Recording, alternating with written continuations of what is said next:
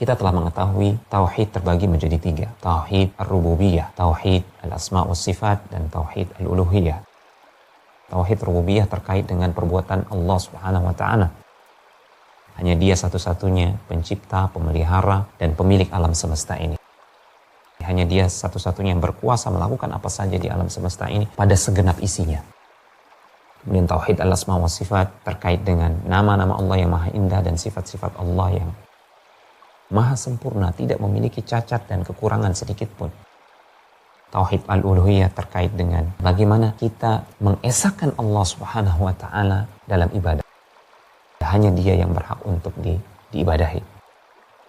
Untuk lebih memahami hakikat dari ajaran yang dibawa oleh Rasulullah SAW dan ajaran yang dibawa oleh semua Rasul dan Nabi sebelum baginda Rasulullah SAW, maka kita perlu memahami perbedaan antara ketiga jenis tauhid ini.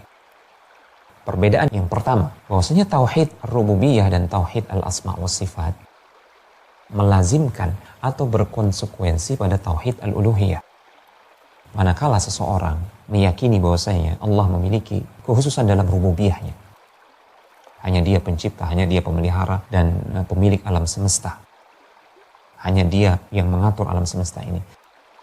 Manakala seseorang meyakini bahwasanya hanya Dia, Allah Subhanahu wa taala, memiliki nama-nama dan sifat-sifat yang maha sempurna, maka itu mengharuskan dia, melazimkan dia untuk mengimani tauhid al-uluhiyah.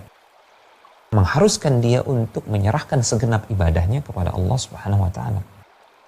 Karena hanya Dia yang memiliki sifat kesempurnaan dalam rububiyah dan asma wa sifat. Tidak ada selain Allah Subhanahu wa taala yang memiliki sifat rububiyah maupun kesempurnaan dalam al-asma wa sifat.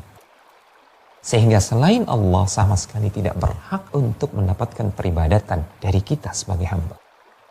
Perbedaan yang kedua yang paling mendasar antara tauhid rububiyah dan tauhid al-uluhiyah. Tauhid rububiyah semata belum cukup untuk menyelamatkan seseorang dari status musyrik. Belum cukup untuk menyelamatkan seseorang dari adab Allah kelak di akhirat. Dia harus beriman dengan tauhid al-uluhiyah. Manakala dia beriman pada tauhid rububiyah dan tauhid al-asma wa sifat saja, namun dia masih mempersembahkan ibadah kepada selain Allah, dia belum disebut sebagai orang yang bertauhid atau orang yang beriman sepenuhnya dengan la ilaha illallah. Kemudian yang ketiga, bahwasanya yang menjadi tujuan dakwah para nabi dan rasul adalah tauhid uluhiyah. Itulah yang Allah firmankan dalam Al-Quran. وَلَقَدْ بَعَثْنَا فِي كُلِّ أُمَّةٍ رَسُولًا أَنِ اعْبُدُوا اللَّهَ وَاجْتَنِبُوا الطَّاغُوتَ. Sungguh kami telah mengutus pada setiap generasi umat seorang rasul yang menyeru kepada mereka, kepada kaumnya, ibadahilah hanya Allah saja. Jauhi taghut. Taghut adalah segala sesuatu yang diibadahi selain Allah Subhanahu wa taala. Ini adalah inti dakwah para rasul. Semenjak Nabi Nuh alaihissalam sampai diutusnya Nabi kita yang mulia baginda Rasulullah sallallahu alaihi wasallam.